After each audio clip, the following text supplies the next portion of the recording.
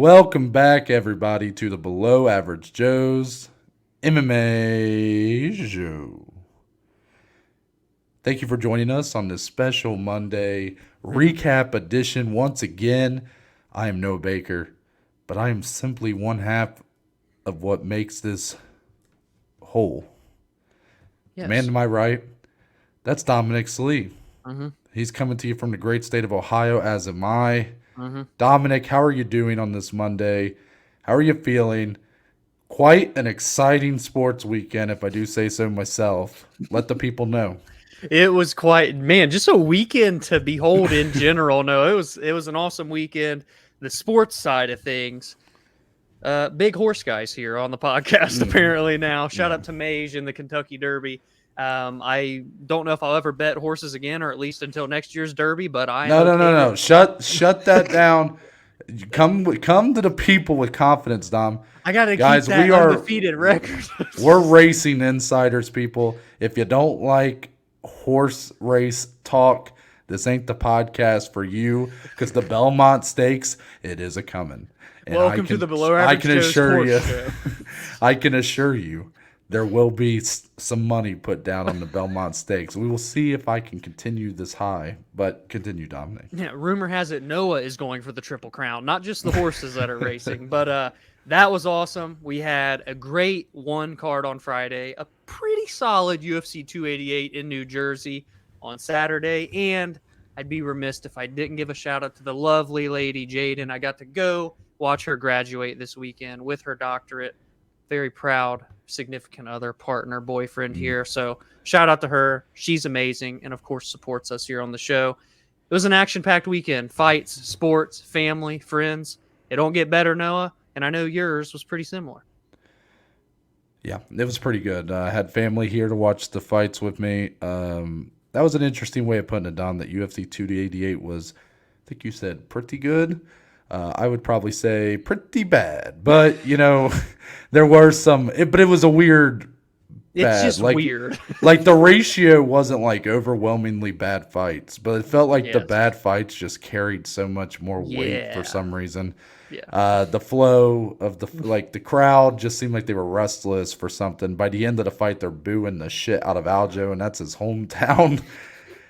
It was a weird vibe. And then you compare it, Dominic. I'm going to guess you did not have a chance. I know you out of the two of us, you are still the one more in tune with your WWE roots. But I'm going to guess you did not check out Backlash at all, right? I did not check it out live. Saw some of the results, saw some of the things, and shout out to Carlito, baby, because I saw that he came out. He spits in the face of people that don't want to be cool, if you didn't know. Yeah. So that was pretty sick to see that. And Bad Bunny can pull some cool shit off in the ring. That's what I was about to talk about, was how I didn't watch any of it, but my sister, fun fact, huge Bad Bunny fan.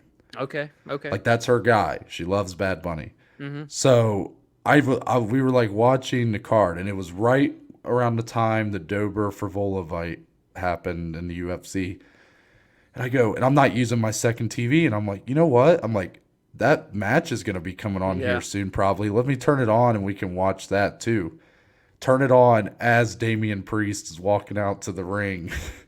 And then Dominic, I'm not going to lie, Bad Bunny's entrance, holy shit. Was it sick? The people, man, the audience there in Puerto Rico, they turned that shit into a concert.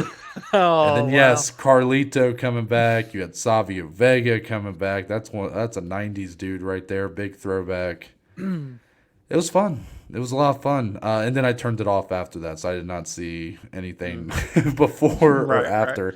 But I do watch some people on TikTok that talk about it. So that'll do. Yeah, so but that was pretty sick. But you compared that crowd, Puerto Rico, which was like an insane vibe. Yeah. Canelo boxed this weekend in Guadalajara against John Ryder, and even though John Ryder probably only won like 2 or 3 rounds of that fight, it was kind of a dog fight. It was like a phone booth. John Ryder took a ton of punishment. He got dropped like twice, but kept coming back, kept trying to come forward. A lot of respect for him, and that crowd seemed really into that. Of course, Canelo, huge Mexican star. And then, one, I thought they had a great atmosphere going. It felt like Newark, New Jersey just didn't quite get the card to show their full potential as a crowd, you know. Mm-hmm. But we're going to actually start with UFC 288, Dominic. Your main event. Ooh, that headline. There it I is. feel like there's a little bit of salt behind that one, but I don't intend it to be. Aljamain Sterling does remain your UFC bantamweight champion. He gets the split decision win over the returning former two-division champion Henry Cejudo and former gold medalist Yeah. in the Olympics. So Aljamain Sterling gets a split decision win, Dominic. We will start with the fight itself. Cejudo, the story for me, of course, that I was trying to set up here on Friday was how, as much as I love Henry Cejudo and believe in his excellence and greatness as a all-around combat sports athlete, that I thought the stakes were just the recipe here was not in his favor. 3-year layoff, 36 years old, and he was at a size disadvantage here, you know, and that obviously showed through. I guess, Dominic, I want to start with, you know, when watching the fight itself, what did Aljamain Sterling do well that sort of got him this victory ultimately? I felt he was able to use the length well. Like Henry, while Henry did well in this fight, won a couple of rounds, you could tell he struggled to reach Aljo. Aljo was able to move pretty well on the feet for a guy, especially that's not known to be a good striker. He held his all on the feet, and then he took advantage of the size difference, as Noah said. He was clearly bigger, much bigger. Like when they were clinched together or grappling against the fence, it looked like a lightweight and a flyweight, truthfully. Like it was a very noticeable size difference. I didn't think it would be that bad. And he just used those strengths to, whether it be stay on the feet, he stuffed a lot of Henry Cejudo's takedowns. He was able to get Henry down. He was able to threaten a couple of times. And I just think he fought a very smart fight. And that's something that, truthfully, now when you go back and you look at now a 9-fight win streak, which did either tie or break the record, as Noah hinted to on Friday, that's what he does. He is an intelligent fighter, and he finds these openings or knows where he's better than someone, and then he does it over and over and over, whether it's a quick submission over Corey Sandhagen or a 5-round, close tit-for-tat war, or not war, but I just felt it was a high-level fight. So he won a high-level fight over Henry Cejudo last night, and it was just a very impressive performance, a solid fight. I enjoyed the fight, and I come out of it looking at Aljo as a true, legitimate, high level, one of the best dudes in the UFC, Noah. Let me be completely honest with you. That whole recipe that I set up, like the reasons that I put money on Aljamain Sterling, being that Cejudo was 36 and 3-year layoff, neither of those things impacted his performance here, in my opinion. I think Sterling be the best version of Henry Cejudo. I thought Henry Cejudo looked great. He did. He looked great. Yeah. Ultimately, the reason Sterling won this fight is because he was the better fighter here tonight, or Saturday night. The improvements from like the first Peter Yan fight, I mean, it's crazy. It's crazy to see a guy improve this much while being the champion. Like you go back to his first fight where he technically won the title, all the way to now. Like he is so much far improved, Dominic. So much smarter, so much more composed in there. Very. And here, like, he did not overextend. Like you look back when he did against like Marlon Moraes and he got his head knocked into the second row. Yeah. The first Yan fight where he kind of gassed himself out by going at a too fast of a pace early. Like, it seems like those tribulations early on, not early on, but a few years ago, have made him much better. And you saw that through here. He used his size really well, like you said. And Dominic, here's a stat for you. Henry Cejudo in his MMA career has been taken down 5 times in total. 4 of those came against Aljamain Sterling. I mean, that's a story in its own right there. You know? And I think he deserves the respect. This is kind of the position I've been comparing him a little bit to Tyron Woodley, and I'm going to keep that comparison going because when Tyron beat Darren Till, there started to be some talk of how does he line up with the best welterweights of all time. Now, he unfortunately had to go up against someone like GSP in that comparison, who's like one of the best fighters of all time. Yeah. For Aljo, his toughest competition for that title of best bantamweight of all time is Dominic Cruz and TJ Dillashaw, which are both very tough competition. But Dominic, I mean, it's hard to ignore that Aljo is in the conversation at least.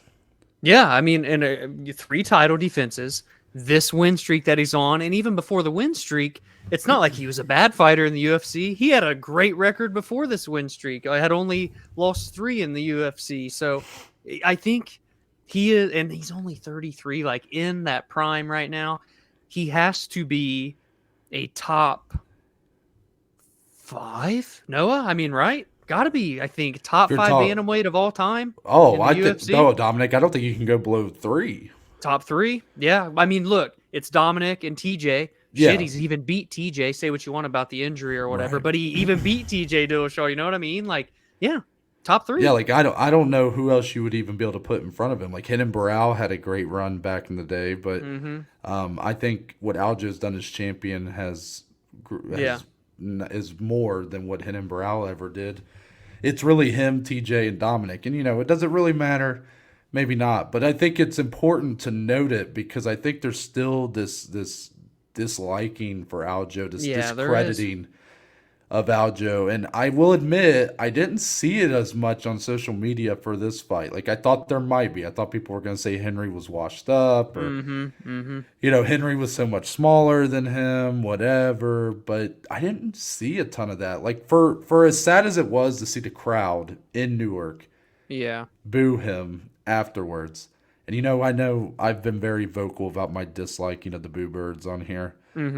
But to be honest, like I don't hold that much stake on it because Dominic, I felt like there was a ton of respect being shown his way on Twitter, on social media. I feel like the reaction to the fight from the people watching at home was that, wow, this is actually a pretty good fight, and Aljo looks damn good in it. And you know what? Yes. For that, like, it definitely sucks to see him get booed by his home crowd, but I think it's overall it comes out a net positive here for him. Yeah, I think so, man. And not saying that he's a star, but I see the question. Well, I guess there's 2 questions, but since we're still talking about Sterling, you have the Sean O'Malley factor on here. And I'm not saying Sterling's a star, but you bring someone like Sean in all of a sudden, and you have that as Sterling's next matchup. Now, not only is Sterling beginning to get the respect of MMA fans, hardcore fans, for how good he is, now he's got a chance to go in and beat Sean O'Malley. You beat one of the biggest stars in the company. Then all of a sudden, Sterling goes from the guy that took the dive, got the disqualification to win the belt, to a legitimate top level man in the company. That's a crazy kind of plot twist, if you will. Yeah, we will come back to that. I do want to start with the Henry question here because it does feel like it's very up in the air right now. Henry Cejudo, after the fight, was interviewed by Joe Rogan. He took his gloves off, but didn't retire again. Yeah. When Joe asked him, what's next for him, you kind of felt like Henry was like, well, what do you think? Like, yeah, you kind of felt like he was like, can someone tell me what's next for me? Like, I don't know. You could sense, and he might have even said as such, but this was meant to be a jumping off point fight for him. Like he had said the plan was this, O'Malley, and then ultimately the big plan here was Volkanovski at featherweight, the chance to really put himself into that top 5 all-time status, 3 division titles, the gold medals, quadruple C, at that point. Yeah. And losing the first one of that feels like a major setback. So Dominic, I've seen some differing opinions on this, on if Henry will ever return, if that was really his return fight, really it's just a one and done. I want to get your thoughts, early thoughts. I'm sure as time goes on, Henry's going to have some statements that are going to, in a couple weeks, we may have completely different opinions on the matter, but I will ask you right now, what are the chances, if you want to do a percentage or whatever, okay, we see Henry Cejudo fight again? 15. I'll go 15, Ooh, Noah. Okay. I just got retirement here again. I felt like, quickly, cringe aside, very humble in defeat. He's just a phenomenal sportsman and athlete. And you like felt the disappointment in him. Like he had every, like everything in his being was to come in and get right back on that horse and show everybody how good he is of a fighter. So when he lost, it was like just the air got punched out of him, literally, but no pun intended there. But like you could tell he almost didn't even plan to lose. And I think that factors into that. Like, I don't know, Joe, what do you kind of think here? And he said like, well, if I can't beat Sterling, I don't know if I should expect myself to be able to go up and beat Volk. So where does that leave me then? And like, I don't see him going and fighting Corey Sandhagen or Marab or, Rob Font, whoever else in this division. And I just think if you add all those factors in, 36 years old, another baby on the way with his wife, there's a lot of things in there that lead to that 15% mark. I don't even expect it to change too much for me, maybe closer to 50-50, but I lean heavily on the no side, the 15% side. I'm going to go 78% we see him again. Wow. What a spectrum there.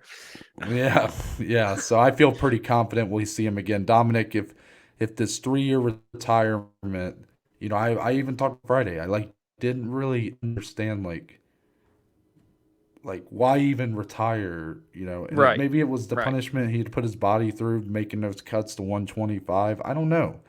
He was burned out maybe. All valid reasons, needed time to heal. Like these are all valid reasons, but we just never really, as far as I understand, never really got that answer in this time off. Like he was saying he wanted to be shown the money, which was like, and there goes my ice maker. Sorry if you hear that in the background. That was a big drop. Yeah. But for me, Dominic, if he ends up coming back here after 3 years, has a very close fight, a split decision loss, yeah, I understand it's a very difficult path for him to get like an immediate another title, whether it's at bantamweight or featherweight. But all we're talking about here, he was saying he wanted to beat Aljo, beat Sean O'Malley, and then beat Volkanovski. Well, Dominic, in my opinion, why don't he just take a fight at featherweight anyways? And if he wins that, he probably fights for the title anyways. So like, if now Brandon Moreno called him out on social media. I don't know if you saw this, Dominic. He said Brandon Moreno said after he fights Pantoja in July, he said, "Belts, I'll come meet you at 135 pounds and let's do it in Mexico City." Cejudo said, "I don't want to fight in Mexico City." He's like, "No, I'm not doing it in Mexico City." But he did say, "Well, do you have money talks basically." So that's something potentially. But Dominic, if I'm Henry Cejudo, there's very few matchups at 145 pounds that he had such issues with the size here, the length here at 135 pounds against Sterling. Yeah. That's what's so weird about the Volkanovski matchup. Volkanovski is the best fighter in the company. And yet he is the only guy that Cejudo matches up well with in terms of size and stature. So he'll really have to pick and choose who that opponent would be at 145. Maybe a chance that there's a guy at 135 that's making a jump up at the same time to 145. Well, actually, no, probably wouldn't happen. I was about to say Sterling at 145 pounds, but Sterling would only go up to probably fight title. There's a lot of scenarios here, Dominic, but I don't think it's out of the realm of possibility. I mean, call me crazy, but like, if O'Malley beats Sterling, right, and if that really happens in August, which we'll be talking about, then he fights someone like Marab probably, and if he beats Marab, call me crazy, but I could see O'Malley just calling for a matchup with a legend at this point like Cejudo, and Cejudo could get another title shot without having fought since. Yeah, that's a realistic world. It really is. And that's the thing, like, I hate even saying or having the doubts or saying the 15% because, like Noah said in the opening breakdown of the fight, he looked great. He really did look good. And I would like to see him compete with some of these guys. It's just, and he's not this star, you know what I mean? But he's bigger than the average number 4 ranked guy. So that's kind of a weird spot I'd too when call it him a comes to like star. I'd you call think him a so? star. Yeah. So I mean, that's it even depends more on the of a definition problem. of a star here. Like, if you're talking about to me, a superstar is like someone who carries an event like a pay per view, A and then a card, yeah, star is pay-per-views. someone who is like a very recognizable face. Okay. One of the top 3 or 4 faces of each division is probably a star.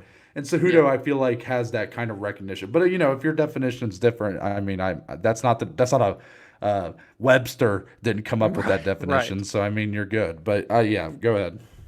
But I mean, yeah, I think, and that's an interesting thing that you bring up. Maybe so. Like Noah says, well, you never lost the bantamweight belt. Yeah, you lost here, but if you just go win one at 145, the Volk fight is there. Like Yeah. in matchup wise, you're right. Like it's hard to imagine him going up against anyone else other than Volk, especially after you see the size difference from last night. But I can't say I wouldn't be intrigued if you were to fight like a, I don't know, Arnold Allen or somebody like that. I'm just thinking of names like in the top of the Yeah. division. Like it is enticing. It's such a tough spot he's in. And he immediately shot down flyweight, so that's out of the picture for sure. So he kind of took away some options potentially there. I don't know, man. It's going to come down to like, what does he want to do? He's going to have to really sit and think about this a lot, and I think you could see that in his reaction last night. That Moreno fight would be pretty interesting. I wonder if is there a world where he can win that Yeah. and catapult himself into a 145-pound title shot. I believe he can. Because You have to consider the division that Uh-huh. Volkanovski is reigning over, how he's beaten almost Everybody. everybody. If he beats Yair Rodriguez, he's Like- talking about trying to get a rematch with Islam, Dom. So I mean, if Yeah. if Henry talks his cringy shit like he does, he beats Moreno or something, even if it's at 135 pounds, he could say, I think I'm ready to beat quadruple C. And then Volkanovski might be like, well, this is a fight that's bigger than a lot of my recent title fights at featherweight. It's probably more money. And, I want to shut this guy up. Yeah, I'll take that fight on. So I think there is a very likely world where Henry Cejudo can find himself right back here with just one win. And Noah, is there a world even where come July, where Volk fights, say he beats Yair, let's say by then we have Islam lined up with somebody for the end of the year. Is there a world where Volk goes ahead and calls up Henry anyways, coming off of the loss, just like, screw it, come on up to 145 and let's do this anyway? Could you see that maybe even? I think no, because I think Volk will be probably calling for something with Islam again. I think he'll say something about Islam. If you beat your opponent in October, I'll see you, come March or whatever. Like I think that's what he wants to do. He wants to go up and fight and become a double champ. And Cejudo obviously wants to try to entice Volk to let him become a 3-division champ. So it's it just depends on how these guys look, and what does Islam want to do after fighting the winner of Beneil and Charles, and that'll the dominoes will fall pretty quickly from there. So but I don't think it's out of the realm of possibility. I think it's actually pretty realistic that Henry Cejudo just needs a win. That's it. I'd like to see it. I would. Yeah. One more point here, Dominic, before we move on. Let's talk about that title fight that's being set up. All of a sudden, Dana White, Dominic, I don't know if you know this, but Dana doesn't make fights the night of the fight. I've heard.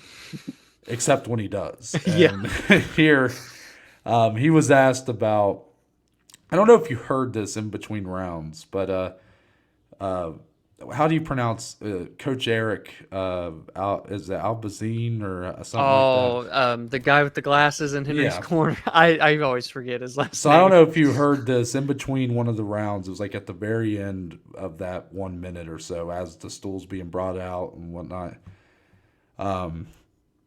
His coach said, "Come on, Henry," and he kept saying the date of UFC. I think it's 292 in August. Oh yeah, like August 19th or something like that. He August kept 19th. saying that. Yeah.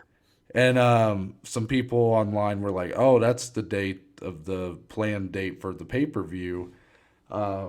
So kind of making it clear, like, okay, so it looks like, Cejudo, if he wins here, would be set up to Mm-hmm. fight in August. And then afterwards, they asked Dana about, obviously you had Sean O'Malley brought into the cage for that face off, which, funny enough, Dominic, we haven't even talked about. And I feel like that's been the only talking point anybody's wanted to talk about this whole card. Truthfully, I thought it was some of the wackiest shit ever. It was so Dude, funny. Marab rocking the Michael Jackson that was style freaking jacket. so funny. I was like, why'd Sean get mad at Marab? And then they show Marab. He's like Yeah. standing in the corner with his jacket Man, on. someone need you if you out there have some bad friends, like if you want to know if your friends like suck and you need new friends, if you don't have a friend that's willing to do what Marab's willing to do for Aljo, Yeah. Yeah. then you need a new friend. Because this man, not only is he putting essentially his title aspirations on hold to let Aljo remain as champion, but he's stealing the guy who's being set up to fight him next jacket, rocking it. I mean, he's trying to kind of turn it into a handicap match, Dom. But anyways, this fight is being set up, O'Malley versus Aljo, which we kind of thought would be next anyways, that O'Malley would get the winner here. But Dominic, Dana was asked about it being on the August card that in Boston apparently has been rumored. And Dana said that's what he'd like to do. So I'd like to know your early thoughts on that matchup and in that place in Boston on a pay-per-view. What do you think? Excited to see the UFC back in Boston. That's Dana's a Boston boy, so I know he loves going back there, bringing good cards there. And I'm here for the fight. The face-off stuff is weird. I felt like back in the day, I thought it was cool when fighters would come in and do their face-off for who's next. But now it gets a little out of hand every time, and it's just a bit much for me sometimes. But my God, Marab stole the show in that jacket. And then they had a tweet thing on Twitter. It was really funny too, back and forth. But anyways, the fight itself, super intriguing, especially after you see Sterling beat Henry. How can you not, like, you can't go into that fight and think Sean's going to just starch Aljo. And I know there's people that think that because of how big of a star he is. The casual fan base will think that. And the casual fan base likely didn't see Aljo's performance last night. They only saw, that little scruffy? Now we'll go with scruffy in the ring after the match ended. But I'm telling you, man, Aljo's no easy out. I know Sean's an elite level striker, but he's shown weaknesses plenty of times here that Aljo can capitalize on. I think it's a sick fight. I think it's a really, really interesting fight to have on a pay-per-view card. No, I'm going to be absolutely stoked for it. And, I don't know what the betting lines might be on that. In my head, Dominic, I was trying to come up with them. And I said, you know what? I think Aljo could be like a minus 160, minus 170. I like that line. Yeah. But what I'll say is, I think this is a perfect setup for Aljo here. Like, Sean O'Malley's great. But does it not feel like a matchup that on paper favors Sterling a little bit? Like O'Malley's best win was a split decision, not very clear. A lot of people thought he lost fight to Jan, where he was a massive underdog in that fight. And yes, I guess in a way he overperformed, but he also didn't clearly get that win. Yeah. So, it's he has been kind of fast tracked here in a way. I mean, he did have to go through Jan, but you kind of look before that. Like, he's not quite as battle tested as Sterling is. And he's not faced the grappler, the wrestler of Sterling's capabilities. So it'll be interesting. I could really see Sterling doing similar things to O'Malley that he did to Peter Yan in that second fight. Just becomes the human backpack, basically. Yeah, I think so. If Sean were to win that fight, it will be because he has improved leaps and bounds since the Jan fight. I'll say that. And and I don't even know if that, in my head, I'm not sure if I even know if that's the case or not. I mean, I would like to think so. But Dominic, one thing in O'Malley's favor is he actually matches up pretty well with Sterling in terms of the length. Because Sterling, he does. Yeah. I was telling my mom how at one point in time, I'm pretty sure Sterling was like he was the tallest bantamweight. Yeah. But then in the face-off, O'Malley looked Sean's taller. a monster. Yeah. And my mom goes, well, that guy's taller than him. And I was like, oh, yeah, I guess. I guess O'Malley's the tallest bantamweight, but he's close. Yeah. And then I realized I'm like, you know what? If in terms of like length, it's a pretty good comparison. It's a pretty good matchup for that reason. And Dominic, I'll even go a step further. Sterling looked great in this fight with Cejudo. But I will say it felt like there were times where I saw openings that Cejudo just couldn't quite get to Yeah. Because of the because reach. of the length disadvantage. Like Dominic, remember when out of nowhere Sterling for like 2 rounds just kept spamming those takedown attempts and they weren't set up very well? Yeah. Like I feel like he was completely open for like a monster knee to the face right Yeah. there. Yeah. And then there was some other times where it felt like he either had a hand low or just had the way he when he's pressured. Dominic, they even said this on commentary. When he gets pressured, he very much responds by shooting. Like he goes Yeah. low, Yeah. and that leaves him open for some lower body attacks or I guess like kicks, knees, things For like an that. elite level striker like Sean, Yeah. So especially. that's something I will say is there were some openings I didn't think Cejudo could quite take advantage of due to the mismatch in terms of size here. Yeah. That O'Malley, being a better striker, being a really high level striker, might just be able to hit one of those and put the lights out. Yeah. I think I'm way more excited now for that fight than what I thought I would be at the ending of this fight All Saturday. right. All right. I like to hear that, Dominic. Let's move on to the co main event of the evening. This was the fight, Dominic, that was supposed to save UFC 288. Ultimately, Belal Muhammad gets the unanimous decision win over Gilbert Burns. Dominic, It's such a good start. I feel pretty bad for these two guys, to be honest with you, because especially Gilbert Burns, obviously. I mean, Belal Yeah. Muhammad won the fight. He already wasn't the fan favorite coming in. He was getting booed all week, dropping some really good lines on the city of New Jersey. But he seemed to take it in good fun. He wins the fight. He's now set up to fight the winner of Leon Edwards, Colby Covington. Dana even doubled down and said that's the case in the post-fight press conference. I'm like, you know what? Cool. Not a great fight. I think a lot of people are going to be frustrated with Bilal, but it doesn't seem like the UFC are going to backtrack on what they had set up this fight to be, which was a number one contender fight. Yeah. So that's good.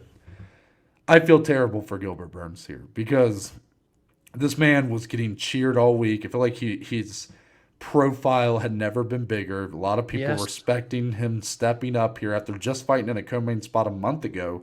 His third fight since January on pay-per-views in high spots. Yeah.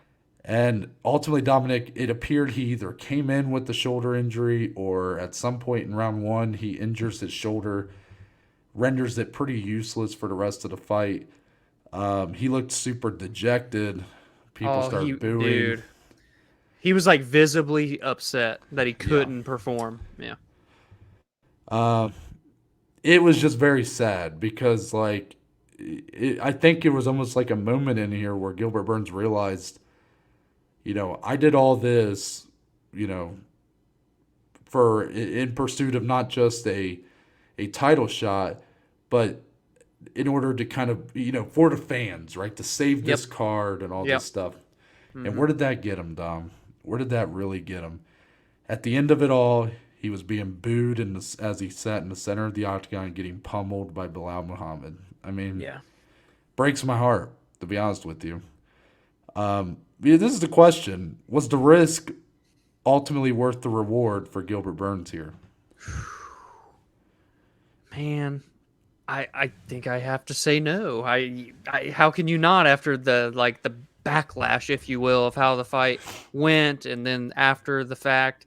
And even if he didn't get that shoulder injury in the first, I think the fight would have been better, obviously, but I don't know. There was still even before the injury, not that we got to see much of the fight. It's just that's a lot. You brought this point up. Remember when we were talking about who the 5 rounds would favor? And you're like, yeah, Dom, I like some of these points, but the thing with Gilbert is these weight cuts, 2 in a month, rather than just Bilal coming off of a short notice weight cut. Gilbert's doing it twice, and he's a big muscular guy. So in hindsight, I just really wonder how it would have went, even if the injury didn't occur. But yeah, I think you have to say that it wasn't worth the reward because, Like, yeah, even if he would have somehow won this and he gets like a title fight, had he won and not Belal in the same fashion, that same aura around Gilbert coming in would have been gone. So I think I go no. And do you? I'm imagining anyway. No, I think I'm going to go yes here. Look at Even us despite, today. I know, I had to think about this one, obviously. I put it on here. At first, I kind of went your direction. But I think a lot of that's because obviously we know the result now. Yeah. But I'm going back to what I went back and watched what we said on Friday going in. And I looked at it like, and I said it then, and I'm going to say it again. Sure, Gilbert could have not taken this fight. He could have likely been the backup fighter for that Leon Colby fight. And maybe Dana would have rewarded him with the title shot after.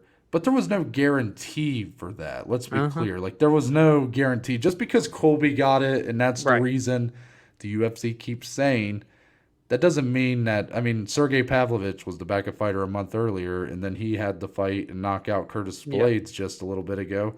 And he's probably still going to have to fight again, Dominic. Yeah. So these things are not black and white. They are not or are not.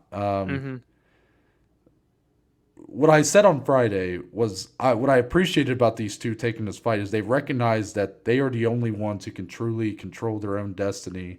And by doing so, they need to take out the only other competition for the throne here, or the competition for that number one contender fight. So ultimately, yes, the shoulder injury could be pretty bad, and that I don't know how long of a layoff that would be. That sucks. The booze, it sucks. He was dejected. It really sucks. But at the end of the day, he bet on himself. He was going up against a guy in Belal who not only was coming in with it looked like a pretty significant ankle injury. This is a guy, Dominic, who took the fight on 3 weeks' notice. Ramadan just ended 2 weeks ago. This man had been fasting through his days while training for a month, essentially. Yeah. And I know like he took the fight on 3 weeks' notice, but that last week, I mean, that was still Ramadan that's going on. So, all in all, like if you're Gilbert Burns, you had reason to believe you could do this. The only thing that makes me pause, like the only way I would say no, it wasn't worth the reward, is if this shoulder injury happened before the fight. Because I've been hearing people say they can't really pinpoint where it happened. Yeah. It kind of seems almost like there's a chance it either happened early, maybe in his takedown attempt in round one. Yep, I remember that. But then it could have also just been something he came in with. If he came in with it, it becomes a little bit more puzzling. But for now, I'll say it was worth it because ultimately he had a chance here. He took a chance on himself. Yeah. And if he would have won this fight, Dominic, and did it in the kind of fashion Gilbert Burns is capable of, not only is his profile even bigger, but then he's in line for a title shot. And ultimately what he ends up losing out on is, yes, it sets him back, but he's still Gilbert fucking Burns. He'll be back. Yeah, and it's not like, he came in and, like, one, it was short notice, so brownie points there. Two, you literally just fought a month ago, so not only was it short notice, but you just fought. So there are some things there to help kind of keep him, in that aura that I kind of mentioned in passing when I said no. But, yeah, I don't know. Like, it doesn't set him back. I don't think he should be, like, not awarded, obviously, but de-awarded, like having fight number 12 or something dumb. He shouldn't be be punished. Punished. Yeah, I don't know why I couldn't think of the word punished. I can't think of punished. I'm saying scruffy. But yeah, it's interesting. I hope it's not a severe injury. Maybe we get him in one more time, a fourth fight for this year, and he can right those wrongs from this one. Let me ask you about Belal Muhammad real quick. Obviously, he wins. Big winner here. Set up for a title shot. Did you have any frustration watching him here in this performance? I get it. Belal Muhammad has never been the most fan-friendly of fighters.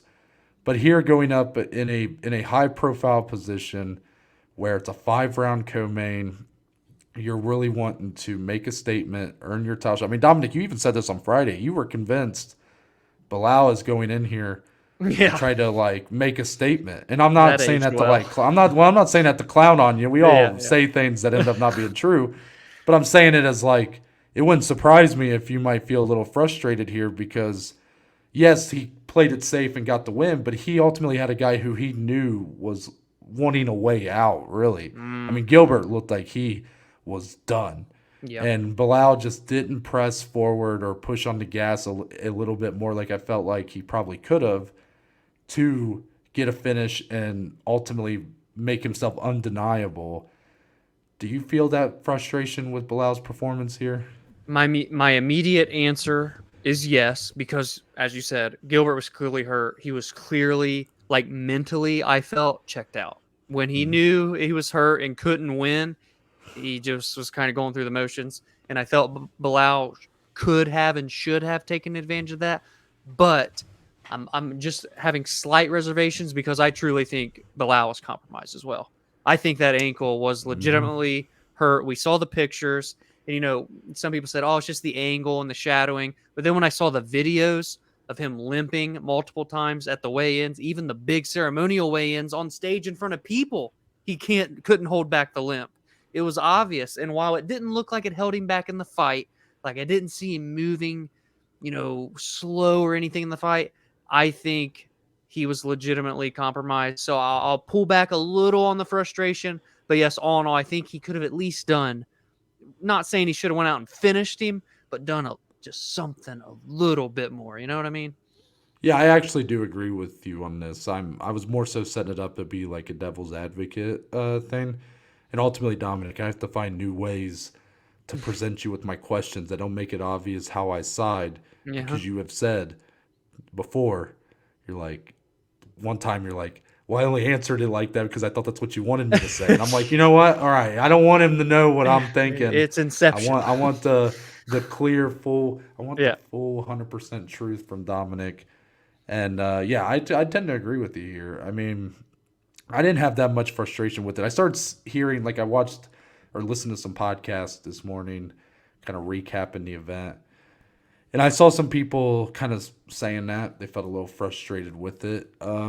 I just thought it was an unfortunate series of events here. I think you had two guys who weren't 100%. And Yeah. yeah, like at the end of the day, Bilal probably could have done more, but should he? I mean, Dominic, by all means, like, it's one thing to say that in the moment and be like, oh, this fight sucks. Like, I wish he would have Yeah. done more. But when Dana is like firmly saying, yes, he is Yep. next for the title shot, like, okay, sounds like it was pretty worth it to play it like that. Because even in rounds 4 and 5, I know, like, Burns, again, everything we just said, he was still throwing with that Yeah. right hand, though. And there was a couple times it landed pretty clean on Blau. Blau just ate it, man. I mean, Yeah. what an improvement that guy's made coming up. Remember when he was getting knocked out by like Luque and He'd been dropped multiple times in fights. like Yeah. you know he's come a long way, and you know my relationship with Blau has come Also a long true. way. Yeah. But yeah, it's he has time to let that ankle recover because I imagine we won't be seeing him again for till next fall, or not. Sorry, not the fall. Next spring, maybe. It could be a year. Yeah. I could Yeah. see a whole year of him not fighting for sure. Yeah, yeah. But with that, Dominic, we'll move on to the rest of UFC 288. Dominic, I'm going to start with this feature bout, women's strawweight. Wow. Xiaonan with the first round knockout of Jessica Andrade. Maybe a bit of a quick stoppage, in my opinion. Now, I do say that being someone who bet on Andrade, who is a diehard Andrade fan, so maybe I'm a little bit biased. But I felt like it was a little bit of a premature stoppage, but you can't deny that that shot that put Andrade down Ooh. had her on easy street, man. She was very likely getting put out of there in Yeah. about 10 more seconds regardless. But biggest win of Xiaonan's career, Dominic. I think it's the first Yeah. stoppage of her UFC career, It is. if I'm not mistaken. And I kept seeing a lot of people afterwards, Dominic, say, finally, we have a title challenger at women's strawweight. And all I could think about was my good buddy Dom, Yeah. who's been calling for Amanda Lemos to get that title fight. So I want to. Yeah. This is really a question for you. Okay. Xiaonan is now being set up. I kind of mentioned it on Friday, the idea of doing Zhang Weili, Yan Xiaonan in somewhere like China, if that's even logistically possible right now. Mm-hmm. which way are you leaning here? Which one excites you more? Are you wanting to stay with your girl Lemos? I mean, you really went for it with that one, or are Yeah. you being pulled to the other side? No, my immediate words out of my mouth was like, "Oh my God, China versus China in China!" Like, this is an opportunity the UFC can't pass up on. I think it's a very, very big mistake if they don't pass up on it. Amanda Lemos, I don't know what took so long to get a deal done with Zhang Wei Li, but it ain't getting done now. She's gonna have to fight somebody else. Yan Xiaonan deserves it. I mean, and not to mention, she is on a 2-fight win streak now. She beat Mackenzie Dern, and you knock out Jessica Andrade. You knocked out Jessica Andrade in the first round in 2 minutes. People don't do that to Jessica Andrade, man. So this is huge, absolutely massive. What a way to make a statement for Yan Xiaonan. Noah's 100% right. Biggest win of her career. First time getting a finish in the UFC. First time getting a finish in nearly 7 whole years, Noah. Last one was in 2016. You got to do it. You got to do that fight if you're the UFC. This is how quickly the sport moves, Dominic. I'm actually going to I'm going to group this with the other women's strawweight fight on here, where Virna Jandiroba got a unanimous decision win over Marina Rodriguez. Yan Xiaonan, there's a slight voice crack there. She got that win. She got the win before this one in that main event, her first main event spot against Mackenzie Dern. That was a win that I thought she looked very good in, and that I kind of called, so I kind of felt something for her there. I was like, yeah, you know, you just felt like you were in her corner, man. But before that, Dominic, she had lost 2 in a row, including that Carla Esparza pretty bad-looking TKO stoppage in round 2, the ground and pound, you know. She got beat up by Carla. Yeah. While Marina Rodriguez was 2 fights ago, like the unsung hero of this division, who was, we were screaming from rooftops to be put in a title fight. And now she's lost 2 in a row. Amanda Lemos finishes her. Virna Jandiroba pretty much dominates her for the majority of the fight. Yeah. So, Dominic, isn't it crazy how quick this sport moves? A year ago, these 2 ladies were in basically opposite spots. 100%. It literally can't be any more accurate than that. And too, for like Virna, what was our biggest thing on Friday? Because you bet on Marina too, but like we knew the risk. We've seen Marina clearly not be able to defend the takedowns, but just all in all, felt that she would be able to stand up and just piece up Virna, because Virna's not showing the best fight IQ. And then what does she do? She uses her fight IQ that we haven't seen. She looked great. That was the best Virna's looked. Yes, the best she has looked. I mean, it was dominant. It was a dominant decision. The 29-28s were funny because I felt like they gave Marina round 3 because of the up kicks at the end of the fight, I guess, for damage is why she won the round. But all in all, Virna dominated that fight. And you're like you said, the sport moves so fast. It's been so prevalent even on the past month of this show, all of the matchups that we've had to discuss, and then we change our minds like every week essentially. And here we are now. Amanda Lemos, this is actually a big moment or maybe even a sad moment for me, because I was Marina Rodriguez, title fight. Do it, do it, do it. They didn't do it. She's lost 2 in a row. Amanda Lemos, title fight. Do it, do it, do it. Yan Xiaonan knocks out Jessica Andrade in 2 minutes, and I'm like, well, yep, Amanda Lemos. And don't forget, Dominic, you had said you thought Mackenzie Dern would be a strawweight champion at one point in time. So I know jack shit about 115 No, I was going to say you're a curse for the women's strawweights. Like, if you're a women's strawweight out there, the last thing you want is for Dominic to crown you the next champion. No, this is a problem. Do you know why? Why? My girl Tatiana Suarez wants to come back down to 115. No. That's a story for another day. Pretty sure Dominic thought Rose Namajunas was going to smash Carla Esparza in that second fight. I think that's also accurate. Wow, I don't know. what a can of worms. I'm just assuming. I could be wrong. But, yeah, no, all in all, though, Dominic, Xiaonan, Weili, it's a good fight to do. You have that story. You have China versus China. I mean, that'd be a big fight. I think it's an interesting fight. Oh, it is. No, Xiaonan looks great. Especially now. Yeah. I guess I wonder, Dominic, if they aren't able to do it in China, is it still worth it to do this fight over like in Asia? Lemos? Like, no, just what if they did it like in Vegas or in Jacksonville or wherever? Like, is it Uh, still worth it? I think you still do it. I think there's still enough storyline and intrigue there to Because do it. doesn't it Yeah. just feel like the kind of fight? Like, doesn't it feel like we're gonna hear UFC 291 headlined by Whaley versus Xiaonan in Salt Lake City, Utah? Doesn't that just Yeah, feel like something that's gonna that happen? that's a very realistic possibility. Man, you look at this. Zhang Weili been out for a while, got to be ready to fight. Yan took no damage. She's ready. They could easily fight in August or September. Like it's Yeah. going to happen relatively quickly from right now, May 8th, when you're hearing this. No. Dominic, do you want to talk about Movsar Evloev's unanimous decision win over Diego Lopes, who took this fight on 5 days' notice, by the way? You have to lean to the ladder there, Noah. Diego Lopes got that dog in him, some would say. This guy, he'll be back. He damn sure is going to be getting another fight in the UFC. You know what's crazy? And I'm not saying this is what I would have done. I think Movsar won. But had Diego won the fight, I don't think I would have been that surprised somehow if two judges would have gave it to him, to be honest with you. Like, Yeah. he did enough on the feet and in the grappling department against Movsar to, make a judge score 2 rounds for him, in my opinion. What a way to debut on short notice against someone who has never lost in the UFC, never lost in his career in Movsar. It was the hardest fight Movsar's ever had that I can recall. I mean, he just, if we remember his last fight, made it look pretty easy against Dan Ige, if I'm remembering correctly. Yeah. And he looked good on the feet, which is something we hadn't seen before. And then Diego Lopes comes in and does this. This was awesome. I mean, Movsar's great. I think he's a future title challenger, contender, like for sure. Because it was a short notice for both guys. It works both ways. So I don't come out of this thinking, oh no, Movsar, there's all of his weaknesses.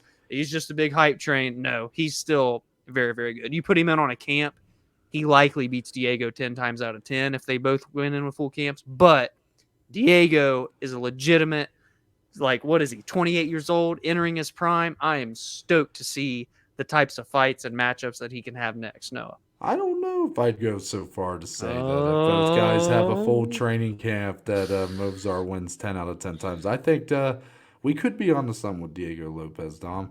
I saw a tweet that this is what really made me go, you know what, this Diego Lopes kid might be something. Shades of when Islam Makhachev took a short notice replacement fight again, or he took on a short notice replacement opponent in Arman Tsarukyan. Way back I in saw the day. that. And Yeah. Arman gave him everything he could handle.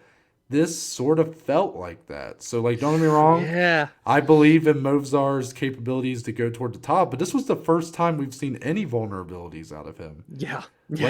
I can't deny that I didn't walk away at least going, well, if Movsar gets a fight with the Korean Zombie, right? That was who he called for. Mm-hmm. I understand the Korean Zombie's older. He didn't look great against Volk.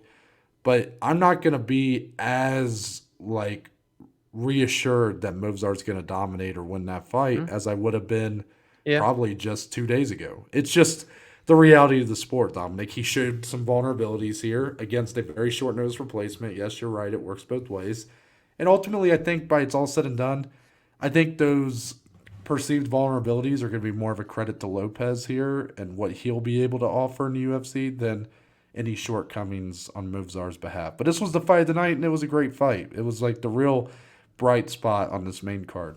They got the fight of the night officially too. Good for them. And I saw Dana giving Diego show money and win money as well, which is even cooler. So that's awesome.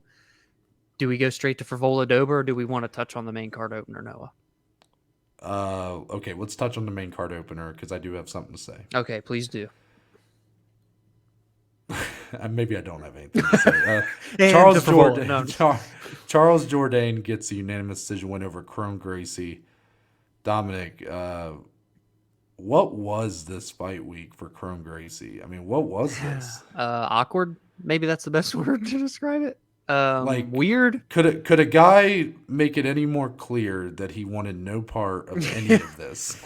Yeah, just when you thought Nick Diaz's return fight, he got the vibes like that. This is probably a little bit worse than those even. Oh, I did not get that same vibe from Nick. Yes, it was a weird vibe, but everything with Kron Gracie, he wanted no part of media. No interest. He wanted no part of signing posters with Henry Cejudo. Yeah. He wanted no part of the current round system. He's begging for 30-minute rounds like they did in 1995. He wanted no part of the stand up in the fight. Yeah. And he also wanted no part of actually setting up takedowns.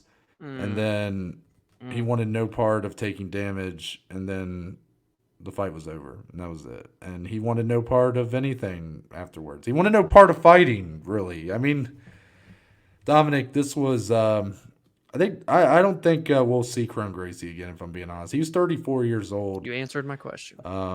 Yeah, I don't think we see him again. You know, at one time he was looked at as an absolute prodigy, a stud. The Cub Swanson fight, and what's weird, Dominic, is that Cub Swanson fight where he really fought against what everybody thought he'd do. Yeah. Sort of fought toward Cub style, like turned it into a stand-up brawl. Yeah. But his stand-up there looked a lot better than it did here. And if in the 4 years he's been away, he's only gotten worse, I think that's a sign that this isn't going to be. I think we've seen the best days of Kron Gracie. I think they're behind him at this point.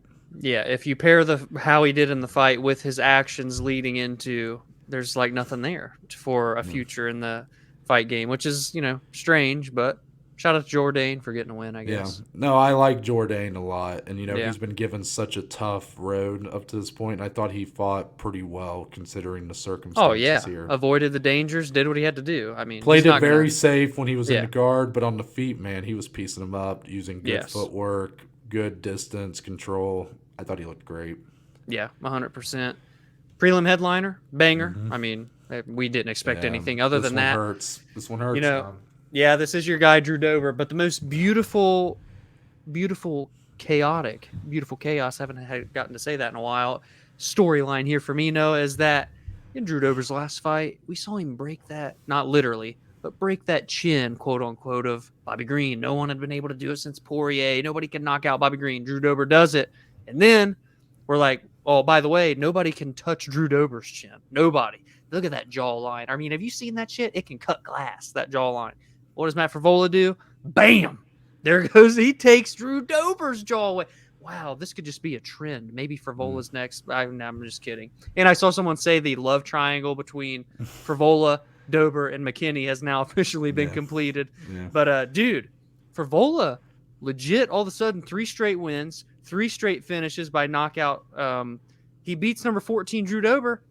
He's going to be in the rankings on Tuesday morning. Matt, the steamroller Frevola, Noah. Give me your thoughts on this whole thing, and let the people know why you're hurting just a little. I knew those odds. Those odds seemed suspect from the Those get-go. odds were, I couldn't bet against my dude Drew because I like Dober so much, but I was definitely looking at those odds like, man, Frevola's good. Like I understand the Terrence McKinney knockout, 7 seconds. Yeah. Everything since then has told me he is not that fighter. Like he is a guy that I did understand also though, Dominic, that I was still leaning Dober, and I felt the difference would be that Dober, I thought, had shown to be the more durable fighter in these firefights, in these blood and guts wars. It just didn't happen here, man. Frevola just would not let him go. Like he pummeled him, to be quite honest. And it sucks as a Drew Dober fan. I hope this is not some sort of sign of things to come for Dober. That's more so what I get worried about, right? Mm-hmm. It's a tough night in the office, but I hope Dober can come back from this and still be this fun, sort of bubbling 15 through 12 type guy at lightweight. But obviously the bigger story here is Matt Frevola. Steamroller. He steamrolls Drew Dober. And now he's going to be set up for a pretty big fight upcoming, Dominic. Perhaps he called for a fight with Paddy Pimblett, actually. Mm-hmm. Mm-hmm. And what are you likelihood, chances that fight gets made? Next. Let's go to another. Say next for Paddy. Fight gets made next. Paddy versus Frevola. Frevola technically would be a top 15 fighter by then, which means Paddy gets his first top 15 opponent. Percentage-wise, next fight for Paddy, 52%. Wow. I think it'd be a fun-ass fight. I don't know what the UFC wants to do with him next, but I would love to see that fight. I think it'd be awesome. I'm going to go with 2%. Our percentages today were so off. Dominic, I don't think there's a shot in hell. we thought it was crazy for Pat. We thought the idea of Drew Dober versus Patty was awesome, fun, but that Patty didn't want any of that business. This is Now that true. I Frevola remember just that. knocked out Dober in round one, Yeah. there ain't no way that Patty wants that business, that the UFC want that business. Maybe at some point that fight occurs. Because Dominic, let me go on another Patty thing here. Okay, it's been a little bit. Let's go. Yeah, no, and this is not. Every time I do this, Dominic, I kind of feel bad because I don't dislike Patty. Like I don't. Yeah. But what people need to realize is he's not really a prospect, Dominic. The man's in his 30s. Like it is now or never for Patty Pimblett. And a fight with Frevola is the fight he should take next because it's a guy who is in the top 15, but is someone that you could you could see a world where he can win that. Like it's not to me, like a Jalen Turner is like a very tough hill to climb if you're Patty Pimblett. But like Frevola, as good as he is, like Patty, you have the submissions advantage there. Like, might be able to get that fight down and submit him. You know, there's some worlds he can win that. Does have, take a good shot, all that.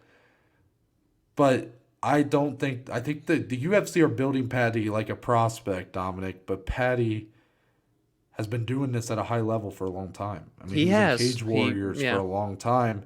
Yeah. And I know Cage Warriors is viewed by a lot of people, including us most of the time, as being kind of a regional promotion, but for those fighters out in the UK, it is almost like the promotion. It's like the promotion out there. Sorry, he's 28 years old, not 28 in his 30s. I wanted to double check on that, but basically, it's like the time to be. He should, moving like him you along. said, this should be the next step, right? We've seen the lateral or the gradual steps up, right? But now, if you really want to make something here and crack in. It is a fight like Matt Frevola. It's dangerous. The only other fight that I think makes sense for Patty is the rematch with Jared Gordon, which I could see them going that direction. But, Jared Gordon. Well, now with the thing with him and Bobby, like. But which rematch would people want to see more? You want to see Patty versus Gordon more than Gordon versus Bobby. So, I don't know. That's my Patty spiel. And ultimately, shout out Frevola, though. Great win. Yes, of course. What's next? So down the rest of this card, Dominic, I think the only one that I will touch on, at least for now, Ikram Aliskerov. How about him, Dominic? We have to. Yeah. That knockout of Phil Hawes, I feel for Phil Hawes, man. I mean, he can't seem to be able to take like a big shot. And the chin, he had Phil Hawes just out. Phil Hawes was down for a while, but for Ikram, Dominic, how about this? He called out Bo Nickel. What do you think about that? I saw I don't remember who it was, but someone said Bo Nickel don't want that smoke with Ikram. God, I wish I remembered who I saw. Well, Dominic, are you aware that Ikram only loss in his MMA career is against Khamzat Chimaev? Yeah, I'm seeing that now over in Brave in 2019. The dude's been starching people ever since. This guy's nasty, Noah. This dude is legit. Yeah, I mean, I like this guy. I know Phil Hawes doesn't have the best chin, but it's not like he caught him with some big haymaker. It was just like a clean, he moved, bang, real fast, smooth, boop. It put him out. If you're pulling power in a punch like that, I can't imagine some of the other stuff that this guy can do. 30 years old, prime right now, 14-1 record. You won on the contender. I could see a guy like this getting pushed up, at 185 pounds, a division that isn't very deep, relatively quickly. Like, I could see him literally winning 2 more fights and he's in the top 15 or fighting top 15 if he performs properly. I think we got a legitimate guy here for middleweight, which is what the division needs. Those outside guys looking into the rankings. Well said. Anybody else you want to touch on before we move on? We, of course, do Blazin Bets. We can touch on some of these. Yeah, we'll touch on the rest there if we got them. Yeah. All right, let's move on to One Fight Night 10, Dominic, the debut for One Championship in the United States of America. Ultimately, the main event, Demetrious Johnson in the trilogy with Adriano Moraes gets the win. He takes the series 2-1 with the unanimous decision win, as I said in the main event. Dominic, we'll start with the fight itself. This was a big deal for One, right? Big fight, big debut in America. Amazon Prime deal still going strong. How did their first main event in America ultimately go, in your opinion? Did it live up to expectations, or was it a bit of a downer? I think living up to expectations, I would say no, but it's because like the first two were just like Yeah, they were very pretty fun. decisive, Yeah. nasty finishes. But it was like a solid fight. I'm not gonna sit here and like complain about the fight. It wasn't anything great. It wasn't anything, bad. It was just a solid fight between two, clearly like two of the best guys, I think, in the company of one. And DJ at 36 years old shows that regardless of him talking about retirement beforehand, the weird stuff going on afterhand with the retirement, he can still go. He can still go with these young guns and all these guys in one. What is he now? 5-1 in this company. I if the guy wants to retire, do it, man. But I'm having a hard time letting go of Mighty Mouse. No, I don't want to see him throw in that towel yet. What'd you make of the fight? What'd you make of DJ's performance, or maybe Adriano's losing performance? Anything? I actually think we're pretty much in agreement on this one. I know we've been a little varied. Get those on the percentages show out of today, here. but, Yeah. but as far as this fight, like, I pretty much agree with everything you said. Like, I don't have a ton of takeaways for the fight, to be honest. Like, I just, Mighty Mouse is that dude, and Yeah, man. he just looks to be ultimately the better mixed martial artist in comparison to Adriano Moraes. Moraes has a lot of physical advantages in this division. He's huge. Yes. And that ultimately got him to win in that first fight. But ultimately, Johnson went back to the drawing board and came back better and has made it pretty clear that he's the better fighter here. Now, this fight, he did it for 5 rounds. Even in the last fight, like, he had to fight through adversity to get that 4th round finish. I think it just shows the growth. It's a nice little trilogy there where each fight, Johnson got better and better. And here he kind of showcased it for 25 whole minutes.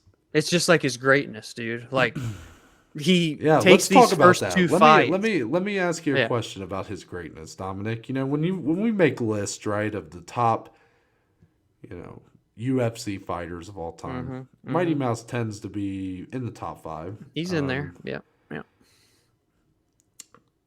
If I opened it up and just said the best MMA fighters of all time, so you take into account their credentials outside of the UFC, does Mighty Mouse at this point pass guys like GSP and Anderson Silva, even though they accomplished so much in the UFC? Does he ultimately stand even closer to being the all-time best to do it? That's wow, what an interesting little topic there. That's a tough question, man, because you're right. Not only did he do it for so long in the UFC, but now he's in one massive global organization, and he's winning titles, defending titles, beating guys way younger than him at this point. Like, isn't Adriano like 25, 26? He's 10 years older than him, and he's outclassing him for 5 rounds, essentially. I think clearly MMA top 10 for sure in there. Top 5 MMA all time, not just UFC. Like, I'm looking at guys like John Jones is still in there regardless for MMA top 10. Fedor's in there probably, right? Yeah. Mighty Mouse. I still think guys like GSP and Anderson are in an MMA top 10, but does Mighty Mouse get ahead of them now? Let's go, yeah. Why not? Why not? Look, my man Anderson's getting into the Hall of Fame. I'm happy for him. I can come back down to earth a little bit off of how good he was. Mighty Mouse, man, the dude, he's like just been able to evolve with the times. That's what's special about watching guys like him and John Jones. When they're 35, 36 fighting these dudes that are younger than them, it doesn't even matter because they've just been there, done that, and they can critique things. Like, again, this was a trilogy. He takes things from the previous 2 fights and looks better in this one. Yeah, he didn't get a finish, but look how good he looked. Like, it's things like that make guys like him so special in this game. Yeah, I'm glad you answered that, Dominic, because I really wouldn't know how to answer it. Like, it's just it's very That tough. was a hard one. Yeah, I'm especially making you do it like off the top without doing any research on the topic. Yeah, it's very tough. So I just asked because I was kind of like, man, if he can win a couple more in one, Especially that, yeah. then you're potentially looking at like the best GOAT. to ever do it in terms of MMA. Yeah.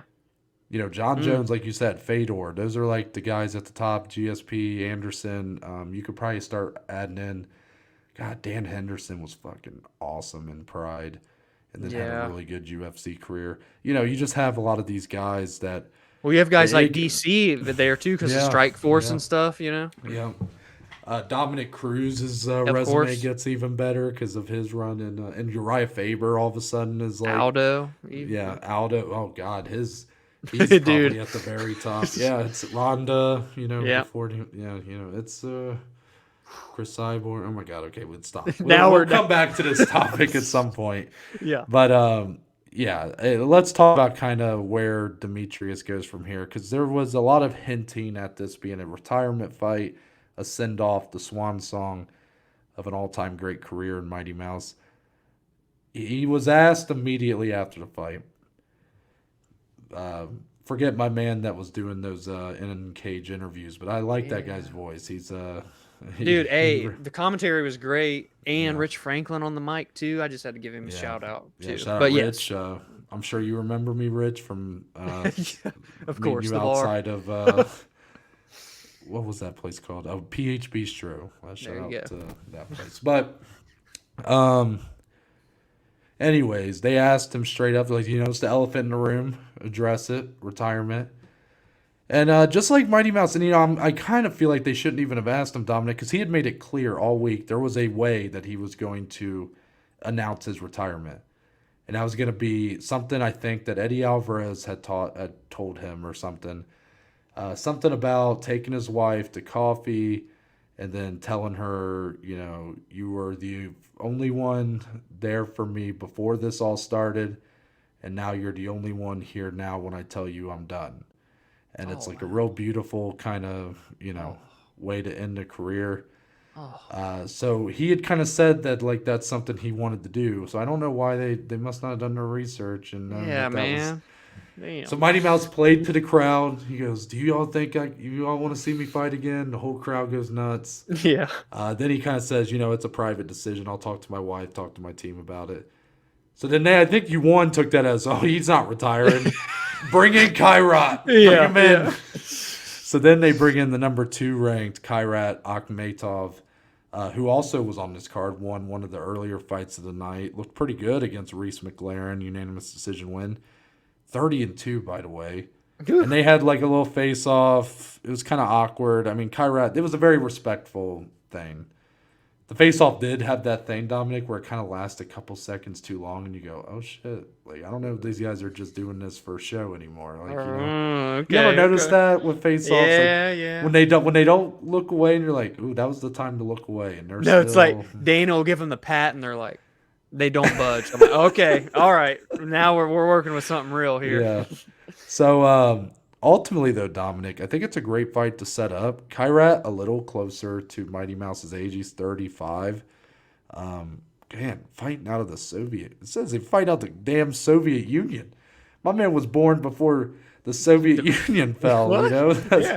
Yeah. So I don't know. This is off of Wikipedia, so I apologize for my lack of knowledge about our man here, but I'd be excited for that fight. That's a tough one. It has to be 13 submission wins for Kairat.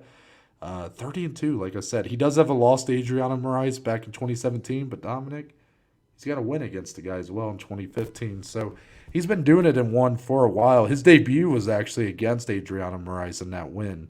So went 2-2 to start his one career. Since then is on a 6-fight win streak. I mean, seems like if Demetrious wants to keep going, I think that's a perfect next challenger for him. Yeah, I mean, right. If he's going to fight, you've already got it lined up if you're one. So at least you have that to work with. And if he retires, it seems like you have one half of your vacant fight. So the pieces are together for one regardless. Yep. Let's move on to the rest of one Fight Night 10. Dominic, you and me, we have been starting to slowly kind of become more comfortable, more interested in watching these one cards, especially with the deal with Amazon Prime. Oh, it makes it so much better. Yeah, like we thought it was great when they went to TNT and all that. This is better. This is even better. So Now that we got their American debut, just overall, do you want to kind of give your full thoughts on just the rest of this card? Like, how did it live up? A lot of different styles on here. You're not just getting MMA. You got flyweight Muay Thai. You got submission grappling. You have, I mean, was there even, okay, I don't think there was any kickboxing on here, right? But you get all those on here. Right. So, I mean, you're getting a full combat sports, just jambalaya, Yeah. Dominic. So, your thoughts?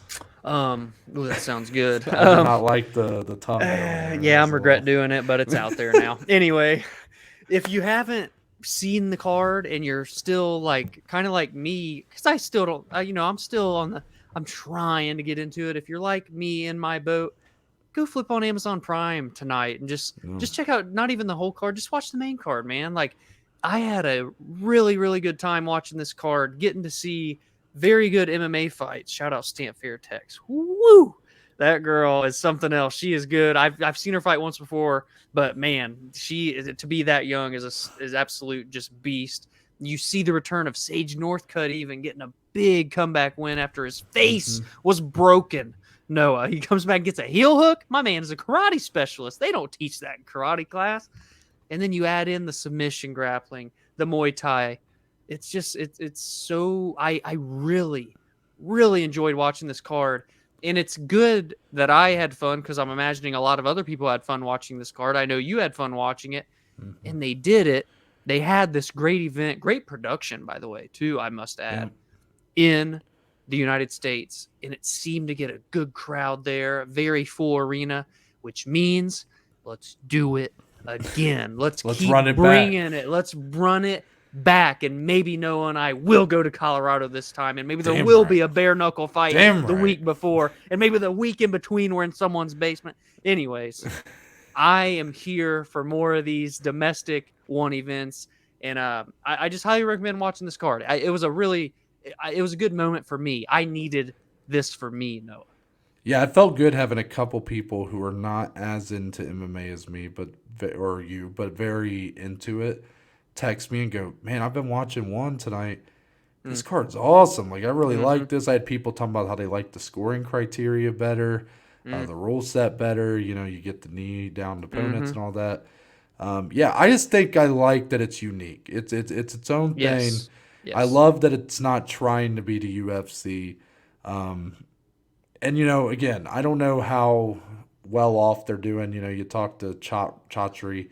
When Chatri ever talks, he's inflating a lot of numbers, it seems like. But I hope that they become sustainable to the point where they can continue to do this in America, because you just don't get anything else like it at a high level. And you get the full thing, Dominic. You don't have to. I would never seek out a Muay Thai card. Would I, if the stars aligned, would I go see one? Yeah, of course. I love combat sports. That'd But be would I fun. ever go out of my way to watch one? No. Right. But it's offered on here at a high level. Yeah. Rod Tang is Dude. him. He's him. That dude. 271 wins, right? Or is it 270 now? Bub, it don't even matter. That's insane. And he's like 25 years old. What is that all about? Yeah, can we get a tapology check on that man's resume?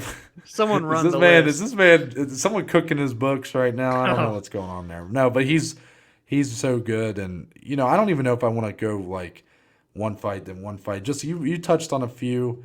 I mean, Ang Lasong, by the way, getting dropped by Fan Rong, but then immediately The getting guillotine. guillotine. It was nice to see Ang Lasong get a big win.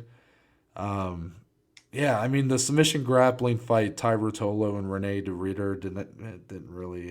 That one was kind of meh.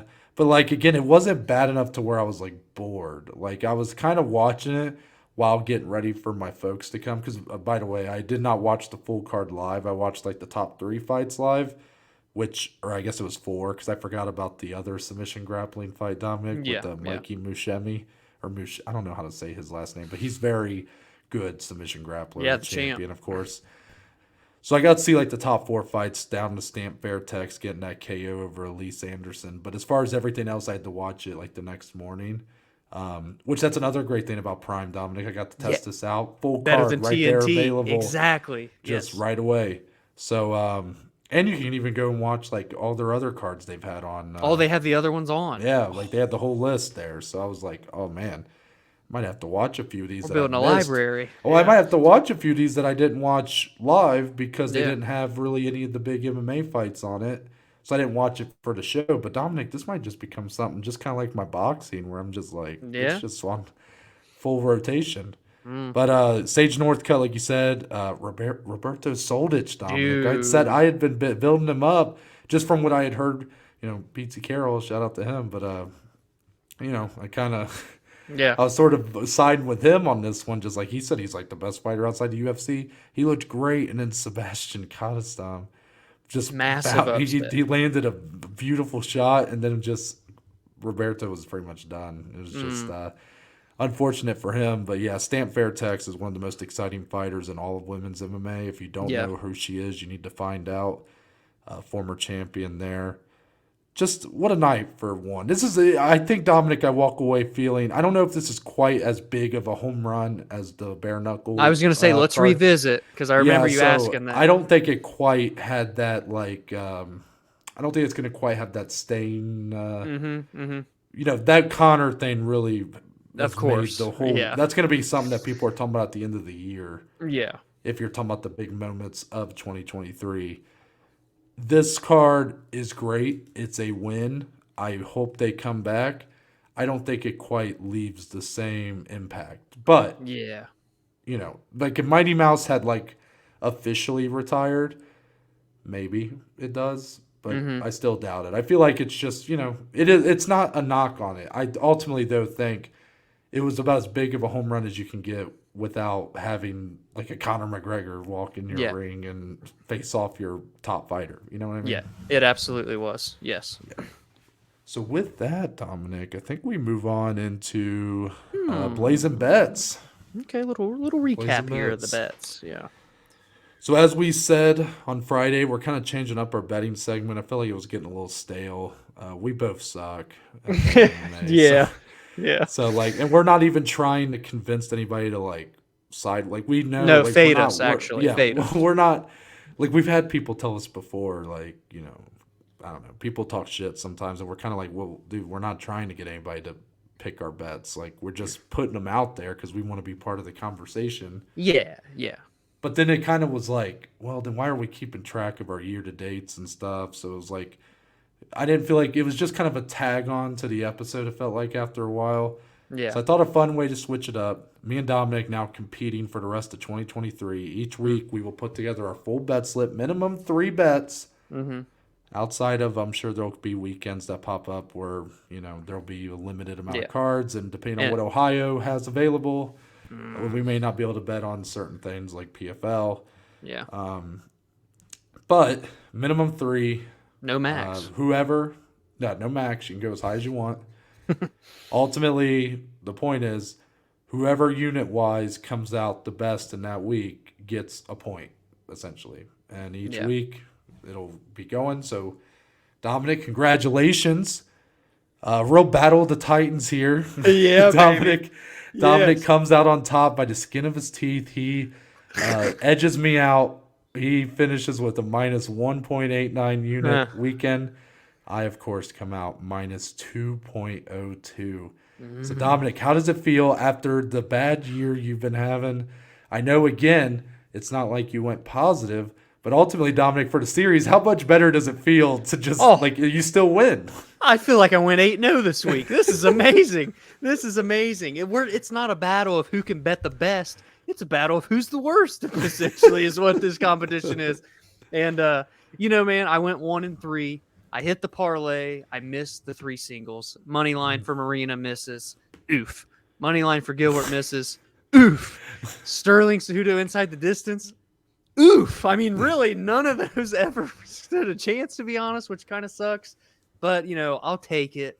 Minus 1.89 is not all that bad for my personal statistics. But I'll take a 1-0 start to the competition. It's going to be an absolute grinder of a season, if you will, for us to play each other. But it's fun. It adds a little friendly competition.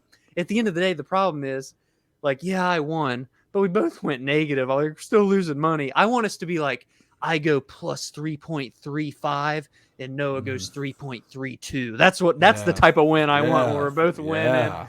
But maybe we'll get there in, like, I don't know, November. But I'll take the start 1-0. Noah, give me the recap on your plays. Yeah, man. Tough. My good fortune did not carry over from the Kentucky Derby. I did go 3-0 on parlays, but then Dominic, I go 1-6 on my singles. Dude, can we say quickly your parlay this year been great with parlays? I feel like, Yeah, from I what I know. am It's kind of remembering. making me think I need to like lean more into that. Yeah. Um, as far as the singles go, the only single that hit was Aljamain Sterling money line -110, so that was a big one. I did, of course. I originally only had 6 total singles. I did live bet Gilbert Burns, or not live bet, but I bet it right before the fight started Yeah. at -150. That ended up of course, not hitting. And if I had just not done that live bet and only did the live bet I did in the main event, then I would have won. But that's the thing here, Dominic, is Yeah. strategies at play. Dominic puts 4 bets, so it caps out how high he can go. So if I had a great weekend, then he would have been screwed because I have a lot more bets. Yeah. But yeah. also, it kind of caps out what his potential losses can be. So Yes. there's Yeah. strategy involved in this. Some of the other losses, Jessica Andrade -3.5. Oof. Yeah. Marina Rodriguez money line. Oof. Braxton there's a Smith theme plus here with the 3.5. Ugh. God, Braxton Smith, my man Parker Porter just sat on his chest and pummeled him out of there. In like He's 2 fighting minutes. John Jones next. John Jones ain't Yeah. retiring. The That's pork for sure. man is. He looked. I will say his physique looked better than it ever had. Yeah. Like he looked like he took this preparation pretty serious. Joseph Holmes money line. I did not learn my lesson. From my very first 0 for bet 2. way back in the day on Joseph Holmes. So all those in hit, and Dominic, my little throw here for big plus money. Kron Gracie by submission. Oof. Just not. That was what was tough, is the fight was terrible and Kron Gracie looked terrible. But every time he was jumping into guard, I'm like, yes, come on. Yeah. Everybody else was getting so mad when he's doing it. I'm like, yes, let's go. Yeah. He's going to get it this time. No, he never got it. He never got it. As far as the parlays, the live bet, same game parlay, Dominic, was -130. Oh, yeah. I saw you did that. I forgot I about that. took Sterling Cejudo over 2.5 rounds and then 1+ takedown in round 1. So I thought that was a pretty safe parlay. That's Ends a up great happening. parlay. It's great in hindsight, but at the time, man, you really just don't know what's going to happen in that fight. Like, you remember going into that fight, Yeah. I had no idea what to expect. What were the I was odds like, on maybe that? the -130. Okay. Yeah. Like, I didn't know if Cejudo was going to come back and dominate Sterling. I didn't know if Sterling was going to dominate Cejudo. I didn't know if we were Yeah. going to get like what we got, a tit for tat. I didn't know if both guys wrestling was going to cancel out, and then it's a stand-up fight. That's why I was worried about the takedown. I would have done 2 in round 1, and then I would have fucking hit for I would have beat Dom's ass, but I did not. No, I'm just kidding. But then my other parlay, +118, Kennedy and Jechekwu money line. That was a great good. showing Yeah. for him. But he's one of those guys, Dominic. He's going to do this. He's going to do this against these type of guys like Devin Clark. But that's what I like about it, is because here, probably in his next fight, he's going to get a guy who he'll likely either be very close in the odds on or maybe even a favorite, and it'll be fade Kennedy. You'll fade it. Because Yeah. he's very good at looking good against this type of competition. But when he takes that jump up, man, it's fade him, at all costs. But second leg, Rodriguez, Jandaroba over 2.5. Hit easy. That was easy. No peasy. sweat. Yeah. Third one, parlay +112. Burns Muhammad over 1.5. Easy peasy. Dober Frevola inside the distance. Easy breezy. Yeah. And the third one, though, the biggest sweat, the first leg, Chaos Williams money line. How about that decision, Dominic? Dude, another debutant there. Oh, God. I got to give him his name at least. What was it again? Oh, Rolando Bedoya. That's a guy, short notice, debuting against Chaos. I thought he was going to get just shellacked. And it was a split decision. There was a judge that gave him the fight. I mean, way to hold your all in there. No.